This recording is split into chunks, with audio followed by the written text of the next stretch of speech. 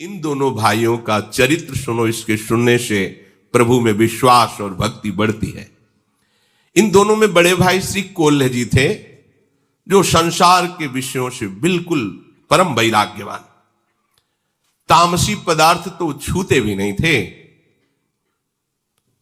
खाने पीने की तो बात जाने दो, हर समय भगवत नाम, भगवत रूप गुण, बस इन्हीं का गान करते, इन्हीं के ध्यान में रहते थे।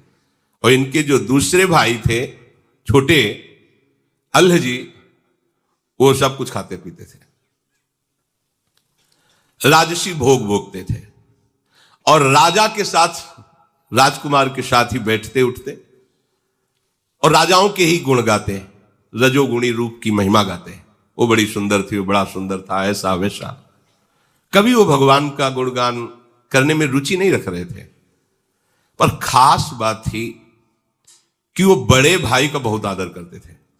जो भक्त थे बड़े भाई, उनका वो आदर करते थे। लेकिन कभी कभी भगवान की कोई चर्चा सुन लिया, कोई ऐसे पद गा दिया, रुचि नहीं। रुचि तो राजाओं के रूप गुण का गान करना, उनके भोग विलास में, वैसे ही सब खाते जो नहीं खाना चाहिए। पर खास बात क्या हुई, बोले बड़े के अधीन रहे, उनके सामने जाते ही नम्र रहते।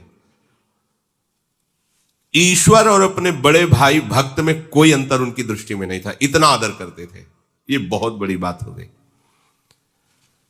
उनके सामने जितनी देर रहते बहुत दैन्य रहते, बिल्कुल मानो एकदम साधु। बाद में तो सब रजोगुणी। बड़ा भाई देख करके अंदर से बड़ा दुखी होता कि सामने तो बहुत दैन्यता करता है, पीछे ये सब मनमानी आचरण करता है। क्या करें, इसको ले चलें एक बार भगवान के सामने, इसको ले चलें, शायद इसकी बुद्धि बदले। चलो द्वारिकापुरी, द्वारिकाधीश के दर्शन करो, उनको साष्टांग प्रणाम करो, तुम्हारा मंगल होगा। क्योंकि श्री कृष्ण को एक बार साष्टांग प्रणाम करने वाले का जो सौभाग्य उदय होता है, वो बड़े बड़े यज्ञों के करने वाले का भी नहीं होता।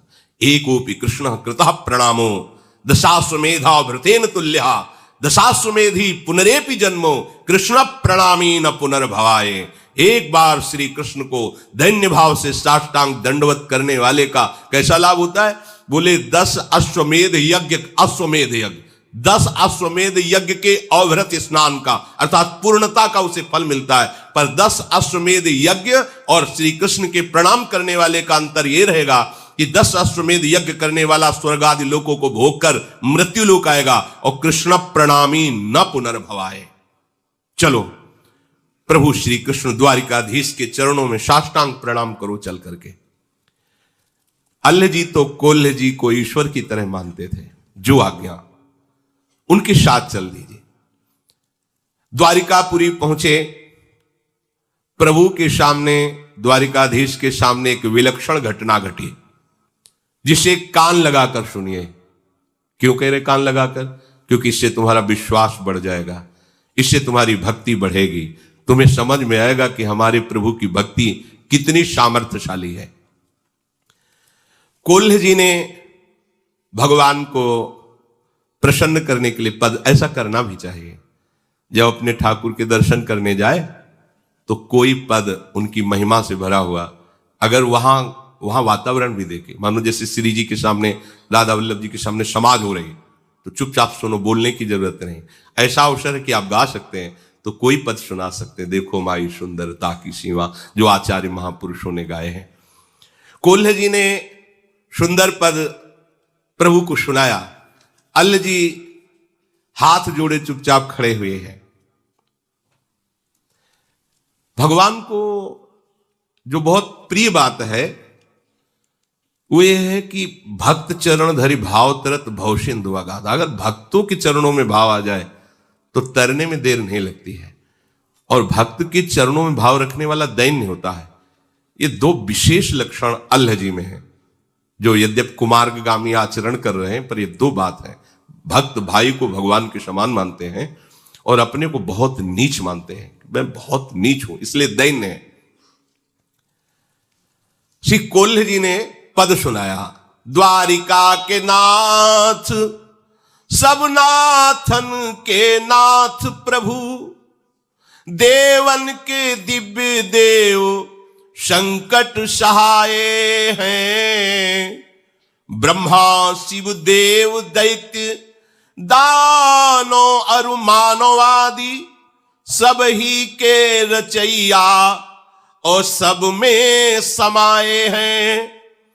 कारज के कारण ओ तत्वन के तत्व आप, माया के अधीश ईश अलख लखाए हैं। महिमा महान गावे वेद और पुराण, कुल पार नहीं पावे हारी शीश को नवावे हैं। द्वारिकाधीश को पद सुनाने के बाद कहा, भाई तो भी तो बहुत बढ़िया गायक है, राजाओं की सभा में गाता है, देख सुना द्वारिकाधीश को। वो सुख चाहते हम कैसे सुनाए, हमारे अंदर तो भक्ति ही नहीं है, जिससे प्रभु प्रसन्न होते हैं वो बात ही हमने नहीं, हम जब कह रहे हैं तो सुनाओ ना। तो उन्होंने प्रभु की ब्रज लीला संबंधी पद सुनाए। बड़ा सुंदर उनका स्वर था, क्योंकि राजाओं की सभा में तो सब रजोगुणी काम था। द्वारिकाधीश के सामने बड़े भ्राता भक्त की आज्ञा हुई तो गाय, गलीन में गोकुल की गांसी गांसी गोपीन को, गोरस ओ गोरस को दान ले सिहायो है। सगरियल बेलीन को नवल नबेलीन को, गाय के गवायो अरु नाच के नचायो है। अबुलान आन मान प्राण की हरन हारी, बांसुरी बजाए घर बार भूलवायो है। ये जसुदा के छैया, ये रास रंग के रचैया, भैया नेह की नदी में तय नहायो और नहवायो है। देश विदेश के देखे नरेशन रीझ की को जो बूझी करेगो, याते तने तन जात गिरो गुण सौ गुण अवगुण गाठी परेगो। बांसुरी वारो बड़ो रिझवार है, श्याम जुने कुसुधार ढरेगो।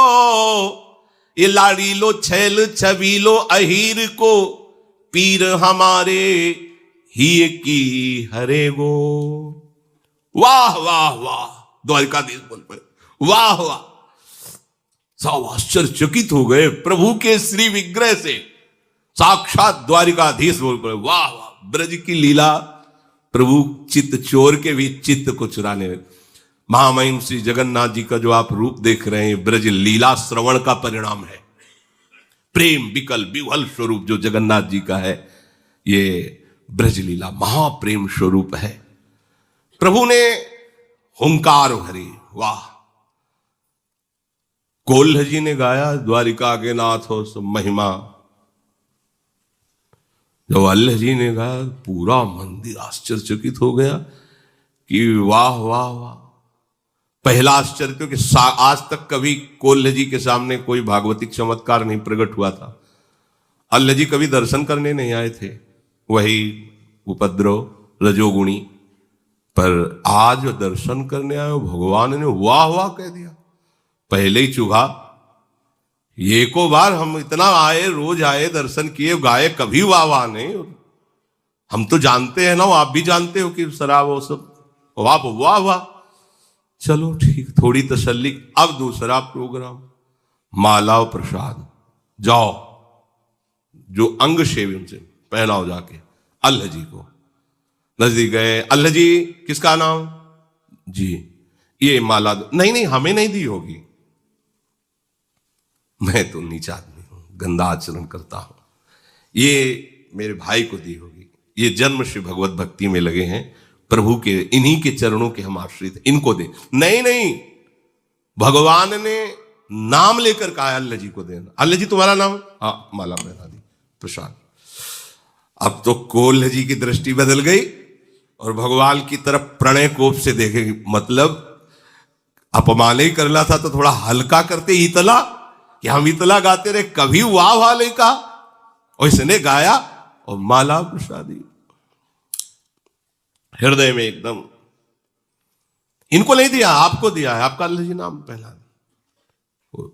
ये है, थोड़ा भी अगर कहीं दासत्व में कमी रह जाती तो ये बात आ जाती है। अरे हमारे स्वामी हैं, यहां प्रसन्नता होनी चाहिए कि हम लिवा के लाए, तो इस नाते से प्रभु कितना इसको आदर दे रहे हैं। प्रभु दयो पे नया ही दयो, बड़ो अपमान भयो। ये बात समझनी है यहां कि हम जिनके शरणागत हैं उनके द्वारा की हुई कोई भी चेष्टा हमारा अपमान नहीं हो सकती, हमारा सम्मान है। पर वो समझ नहीं पाते, हम कहीं ना कहीं अपने अहम को बचा के रखते हैं। ध्यान देना, इसे मिटाना होगा, नहीं आप अपने स्वामी के ही प्रतिकूलता का चिंतन करने लगेंगे। जिनकी शरण में उन्हीं के प्रतिकूल किया कराया, फिर सब रुक जाएगा। इसलिए सावधान रहें।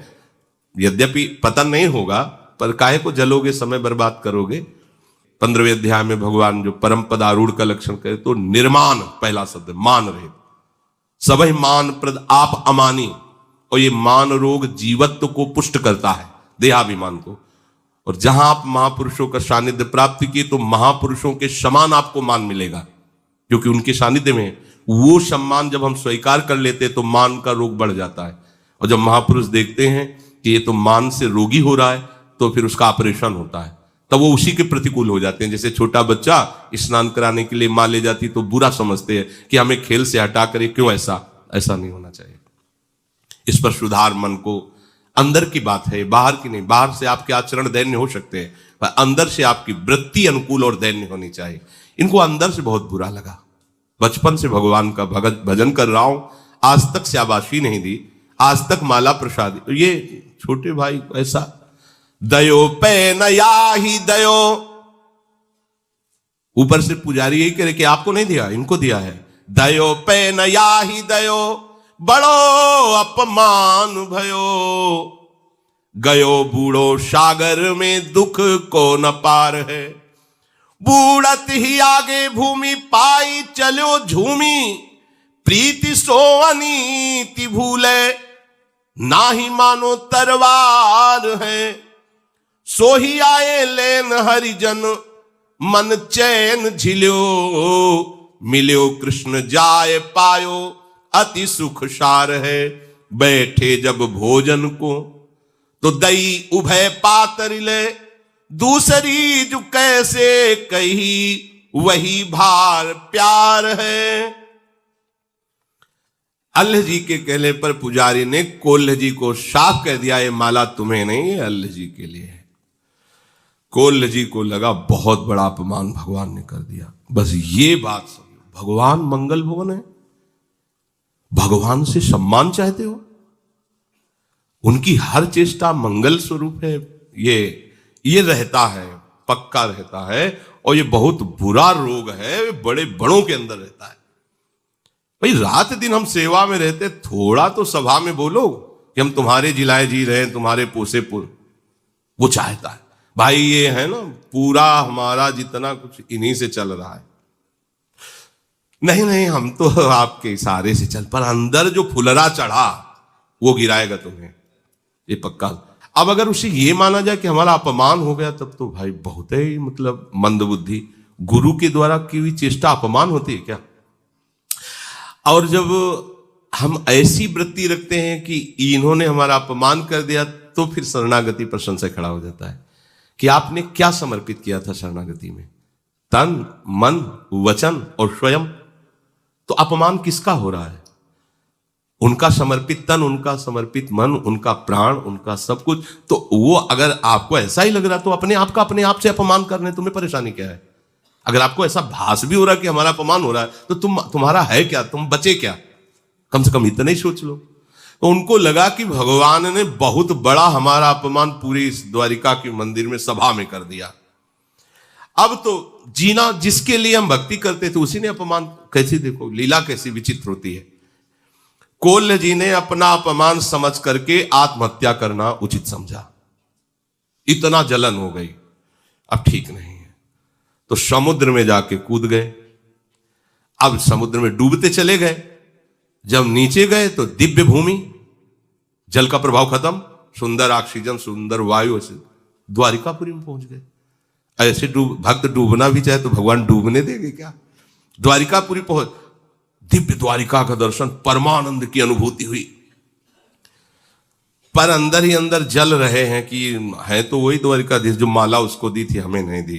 अंदर जलन है, भूल नहीं पा रहे थे। जैसे तलवार का घाव हो तो कर सकता रहता, तो प्रभु के प्रति थोड़ा गुस्सा कि छोटी ही माला हमें भिजवा देते हैं। ये माला वाली बड़ी चक्कर है। जैसे समाज में जाए ना, जिस अपने समाजें होती हैं तो निमंत्रण में जैसे समाज में गए, 50 लोग बैठे हैं, तो उसमें क्या होता है, लिफाफा, माला और चद्दर। जरूरत नहीं ना लिफाफा की, ना चद्दर की, ना माला की, बगल में सबको पहना दिया गया। मान, ये तभी परिचय में आता है मान। देखो, मान चाहने के लिए हम अपने को बहुत नीचा दिखा सकते हैं। मैं दुष्ट हूं, अधम हूं, नीच हूं, पामर हूं, जूता के पास बैठ जाएंगे जाके, बात समझना। लेकिन उसमें भी मान की चाहत होती है। बात तब होगी जब जबरदस्ती तुम्हें कोई वहां बैठे हैं और फिर आप अपने को अधिकारी मान करके हाँ यही मेरा अधिकार है, तो समझ में। अपने को कह रहे हैं हम नीच हो, जब दूसरा कहेगा नीच है, पाखंडी, तब कैसा लगा? हाँ, तो ये बड़ा सूक्ष्म विषय है। अब वो घाव की तरह उनको अंदर आनंद तो आ रहा दिव्य द्वारिकापुरी के दर्शन में। आगे भगवान के पार्षदों ने, आइए प्रभु आपको बुला, और आनंद हो। भगवान के पार्षदों ने अगवानी की और आनंद मिला, बड़ा सुख मिल रहा है, बड़ी शांति, बड़ी दिव्यता का अनुभव हो रहा है। भूल गए जो अपने भाई के सम्मान की ईर्ष्या जगी थी, शांत सी होगी। अखिल लोक चूड़ामणि भगवान द्वारिकाधीश के साक्षात दर्शन कर रहे हैं, परमानंद की बाढ़ आ गई। कोल्हे जी से कहा हो, पार्षदों से, सबसे पहले हमारा इन्हें उच्छिष्ट पवाओ, बैठो। बैठा ले गए, 2 पत्तल लगाओ। तो उन्होंने सोचा कोई और भागवत आया होगा पास, 2 पत्तल। तब तक तो उनको कुछ नहीं, फिर पूछा कि जब उनका परोस गया प्रसाद, तो दूसरा पत्तल भी परोस गया। प्रभु इसमें कौन? बोले अल्लाह जी के लिए। मैं फिर और जला, मतलब यहां भी अभी हमने पाया ले उसके लिए पत्तल लगवा दिया, वो फिर अंदर जो है पूरी जलन। तुम्हारे छोटे भाई अल्लाह जी के लिए है और वो तुमको भी तो बहुत प्यारा है। अब अंदर ऐसे मसोस के रह गए कि मतलब बात क्या है, इतना प्रभु इतना उसको प्यार करते। यहां भी आज सबे विश्व भयो दुख गयो सोई हुयो नयो, दयो पर बोधवा की बात सुन लीजिए।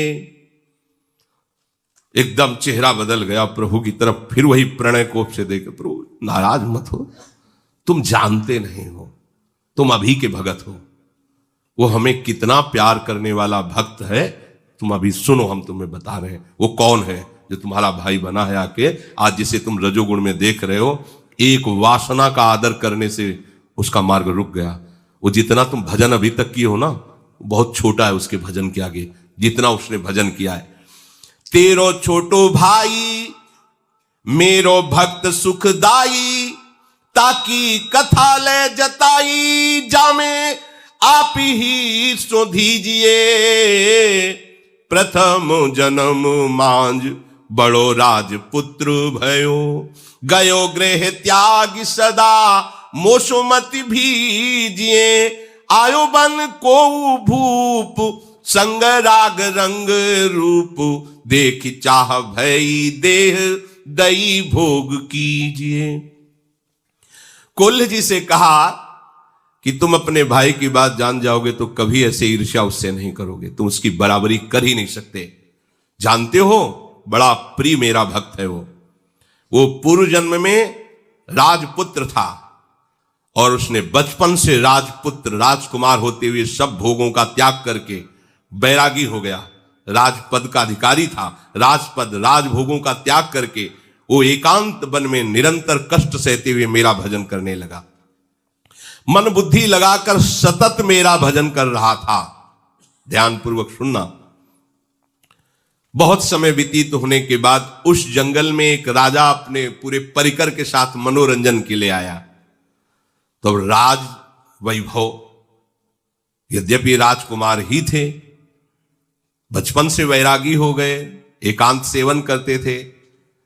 अब राज वैभव के इन्होंने देखा, बहुत सी सुंदर सुंदर युवतियां, ऐसा सब भोग विलासिता सब। इनके मन में विषय सुख का आदर हुआ कि अगर बाबा जी न बनते तो ऐसा ही हमको भी सुख मिलता। आदर हो गया। अब वो वासना इतना जोर पकड़ी, इसमें देर नहीं लगता, समुद्र बनने में तरंग आई और आपने आदर किया, वो पूरे हृदय पर अधिकार कर लिया। अब तो बस भजन रुक गया। के विधि मिले सुंदरी बाला, जैसे नारद जी के मन में नहीं, ऐसे कि अब ये सब कैसे भोग प्राप्त हो। संसारी सुख भोगने की प्रबल लालसा हो गई और उसी को लालसा को लिए हुए शरीर छूटा। भगवान वर्णन कर रहे हैं, तो मैंने बड़ा स्वस्थ और तेजस्वी इनको शरीर दिया, भोगो विषय को, लो मालिक हैं हमारे, तुम्हारा मन हुआ, तुम्हारी वासना जागृत हुई और राजा के राजकुमार से मित्रता कराई और जन्म दिया ऐसे महाभागवत के घर में। कोल्ह जी के भाई बने आके, देखो कैसा विधान, कैसा कवच है भक्ति का, वासना है तो संग राजकुमार का। वैसे ही जो भोग देखे थे वही भोग राजकुमार के साथ, खूब भोगो, खाओ पियो दुनिया का। अब भक्त का संग और वासना, देखो भगवान कैसा यही संयोग होता है। अब भक्त के संग ने उस वासना से खींचा है, जीवन असार, चलना द्वारिकाधीश। सामने गए और जहां से रुका था साधन वही जागृत हो गया। केवल तो प्रभु का स्वभाव सूरदास जी वर्णन करते हैं कि विमुख भये निमिषहु न अकृपा, जब चितये तब हो। ऐसे प्रभु बीच वाली बात नहीं देखते कि हमको छोड़कर विषयों में, यही तो अगर वो ऐसा देखे तो अपने लोग तो कभी आगे ही नहीं बढ़ सकते, भगवत मार्ग में चल ही नहीं सकते। भगवान ने बताया कि तुम्हारा अभी तो बहुत छोटा भजन है, इसका भजन देखो। पर एक वासना का आदर करने के कारण उसकी ये गति हुई कि उसको ऐसा संयोग मिला। विषयी जनों को विषय भोगते देखकर या विषयी पुरुषों की बात सुनकर विषय भोगने की इच्छा प्रकट होती ही है। यदि कहो कि कोई विरक्त है, राज्य सुखों का त्याग करके आया है, तो यह कैसे हो सकता है, तो कह रहे हैं बलवान इंद्रिय ग्रामो विद्वानमपि कर्षति। कोई भी हो, यह नहीं सोचना चाहिए कि इन भोगों को तो हम छोड़ करके आए, अब हमें कौन परास्त कर देगा, उससे घटिया भोग तुम्हें गिरा देगा। ये माया है, बिल्कुल कहीं नहीं, अभिमान नहीं आना चाहिए, बहुत सावधान। देखो ना, राजकुमार होती हुई राज वैभव छोड़ दिया, आज एक राजा के भोग विलास को देखकर वासना जागृत हो गई और ऐसी जागृत हुई कि भजन रुक गया। उसी वासना की प्राप्ति के लिए व्याकुलता हो गई। मन की गति बहुत दुष्तर है।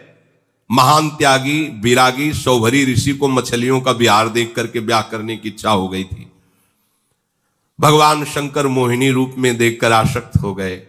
इंद्रियां बड़ी विद्वान और ज्ञानियों को भी आकर्षित करने वाली हैं, इसलिए कभी कोई अभिमान न करे। विषयी पुरुषों का संग, विषय दृश्य, विषय वार्ता, ये कोई कैसा भी हो पतित कर सकता है। श्वास श्वास पर नाम जप करे, वासना की बात आते ही डर जाए, हृदय में उसका कभी आदर न करे, आदर करने से ही पतित हो जाता है। श्री भगवान ने कहा वो पूर्णता में ही था, पर ये वासना केवल आ गई, इसलिए वासना का दृश्य दिखा दिया इस जन्म में, अब वो भी पूर्ण हो गया। भजन का एक बात है कि वो बढ़ता है, जैसे भगवान का रूप बढ़ता है, भगवान की महिमा, ऐसे भजन है। वो वासना तो मिली ही, और जो भजन स्टॉक में था वो बढ़ा और सीधे भगवत प्राप्त बना दिया। अभी अभी पद गाया, सीधे भागवतिक संपर्क और तन्मयता, एक भी विषय चिंतन नहीं है उनके हृदय में। जो भोगा उसकी कोई भी पुनरावृत्ति संस्कार नहीं, ये खास बात होती है। अगर भक्त की कहीं वासना पूर्व की और भगवान उसका, तो उसमें संस्कार नहीं बनेगा। जैसे भोगियों का संस्कार होता है कि भोगा पुनः संस्कार, पुनः उसकी तृष्णा वासना, ये नहीं होगा। उसको घृणा पैदा हो जाएगी अंदर से, संस्कार रहित हृदय होगा, क्योंकि वो प्रभु की तरफ से चल रहा है, डॉक्टरी चल रही, वो ऐसा नहीं। ये बहुत कृपा का मारा। आप तभी तो कहते हैं आंख मूंद के दौड़ो गिरोगे नहीं, आंख मूंद के दौड़े, अब तुम्हें चिंता नहीं करनी। ऐसे चिंतामणि चरणों का आश्रय ले लिया है। अब चिंता, बोले चिंता नहीं करनी तो फिर आज से पिटाई होगी, विषय नहीं पाओगे। बार बार हम ये कह रहे हैं, इसलिए इस मार्ग में चलने के लिए करें, इधर नहीं। इधर तो चिंता ही चिंता है, तुम निश्चिंत हो ही नहीं पाओगे। निश्चिंत होने का ये मार्ग है। और भगवान ने कहा देखो तुम इस जन्म में भक्ति कर रहे हो, पर कैसी तुम्हारी भक्ति रंग लाई है कि तुम्हारे ही आश्रित, तुम्हारे ही भाई का आदर होने पर तुम्हारे अंदर कितनी जलन है। तुम प्राण त्यागने के लिए और वो तुम्हें अब भी कितना प्यार कर रहा है। तेरे ही वियोग अन्न जल सब त्यागी दियो, जियो नहीं जात वापे बेग सुधि लीजिए। जिस दिन तुम समुद्र में कूदे, उसी समय समुद्र में कूदना चाहते थे, लोगों ने पकड़ लिया। आज भी उन्होंने अन्न जल नहीं पाया, प्राण त्यागने के लिए तैयार है आपके लिए। और आप कितनी ईर्ष्या से युक्त है। आप सोचिए आप किस कोट के भक्त हैं। ये प्रसाद लो और जाओ प्रसाद।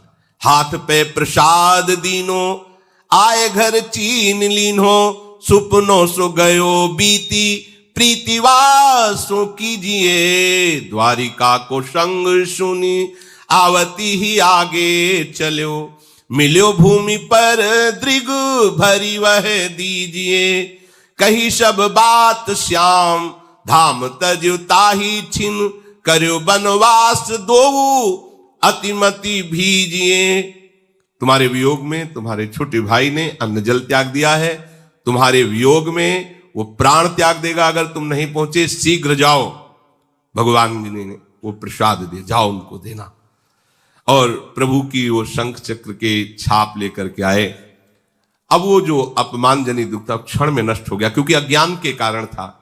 अपने भाई पर अपार प्रेम हुआ। अल्लाह जी ने जब सुना कि कोल्ह जी को द्वारिकाधीश के दर्शन हुए तो भूमि पर लेट कर उनको प्रणाम करके उनका स्वागत किया। दोनों भाई आंखों में आंसू भरकर मिले, भगवत प्रसाद पाया और वहीं से आजीवन के लिए दोनों वनवासी होकर भगवत प्राप्त हुए। देखो वासना का आदर करने से इतना विघ्न पड़ा पर नाश नहीं हुआ, पतन नहीं हुआ। फिर वही बैरागी बने और भजन की पूर्ति हो। तो आप ही जो भजन कर रहे हैं ना, एक एक मिनट प्रभु देख रहे हैं, द्वारिकाधीश पूरा देख रहे हैं ना, आगे की पीछे की सब। हमें ये नहीं सोचना कि हमें कोई देख नहीं रहा, अच्छाई या बुराई भी। बहुत भजन कर रहा हूं, कोई शाबाश तो कहने वाला नहीं। जिसके लिए भजन करे वो शाबाश दे रहा है, वो देख रहा है। कोई देख नहीं रहा, मनमानी कर लेते हैं। नहीं, जिससे मिलना चाहते हो, जिसका भजन करे वो देख रहा है, तुम मनमानी कर रहे हो। इसलिए सावधान रहो। श्री भगवान कहते हैं मेरे भक्त का कभी नाश नहीं होता, मेरा भजन अविनाशी है। हाँ, थोड़ी रुकावट आ जाएगी यदि आप प्रमाद करोगे, तो क्या आपको भगवत प्राप्ति तो होनी ही है। श्री राधा वल्लभ लाल की।